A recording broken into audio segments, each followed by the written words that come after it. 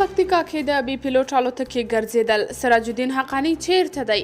پکتیکا کې ځایي سرچینې وایي چې په دغه ولایت کې یوه بي پیلوټ الوتکه ګرځي. پکتیکا کې ځایي سرچینې پنجشنبه د زمري پر 14مه وایي چې له تېرې شپې راهیسې په دغه ولایت کې یوه بي پیلوټ الوتکه ګزمه کوي.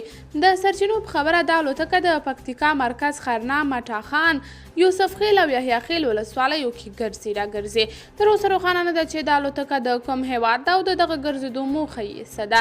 له دې وړاندې د ملي امنیت پخواني رئیس رحمت الله نبیل ویلي چې افغانستان کې د طالبانو د سرپرست حکومت د کورنیو چارو وزیر سراج الدین حقانی د القاعدې شبکې د مشر له وژل کېدو وروسته له یوه ملکي او نظامي کاروان سره لوګر او له هغه ځایه پکتیا او پکتیکا ته تللی دی. خلک وایي دا چې هغه د امریکا تور لیست کې شتون لري، نو ښایي هغه هم په نښه کړل شي.